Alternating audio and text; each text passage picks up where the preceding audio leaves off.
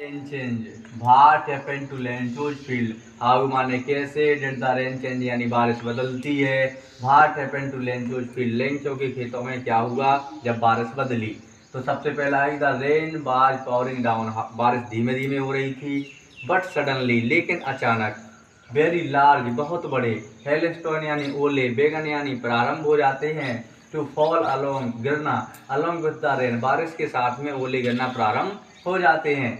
All the crops Lencho's field पर destroyed, इससे क्या हुआ, ऑल द क्रॉप यानी पूरी फसल, सारी फसल इन लेंचोज फील्ड, लेंचो के खेतों की सारी फसल बर्ड डेस्ट्रॉयड यानी नष्ट हो जाती है। सारी फसल कैसी हो जाती है, नष्ट हो जाती है।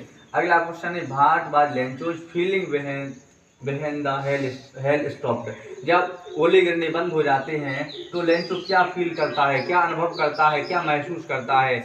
ठीक है, तो Lencho Saul was filled with sadness, तो लेंचो साउल, लेंचो की आत्मा बाजमाने थी, फिल्ड यानी भर गई थी, विद सैडनेस यानी दुख से।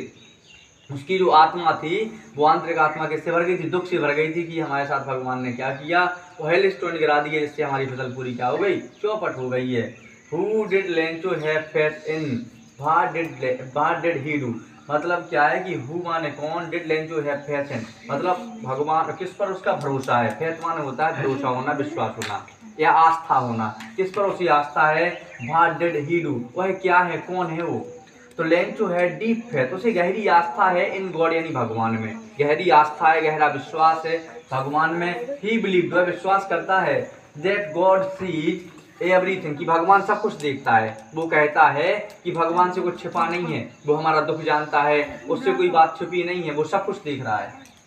आगे, नो वन वुड डाई और हंगर एज सच, वो कहता है कि नो वन वुड डाई, कि वो अकेले नहीं मरेगा भूखा, ऑफ हंगर, भूख से वो अकेला मरने वाला नहीं है, as such. Hence Lencho decided to write a letter to God, इसलिए वो क्या करता है, बाद में अंत में निर्णय करता है कि मैं भगवान को पत्र लिखूंगा। जो भगवान ने हमारी फसल को चौपट कर दिया है, अब मैं भगवान को क्या करूंगा, पत्र लिखूंगा। तो हु रीड द लेटर, पत्र किसने पढ़ा, जो पत्र लेंचो ने लिखा है वो पत्र को पढ़ा किसने है, तो the postmaster read the letter, postmaster जो था उसने पत्र को पढ़ा है।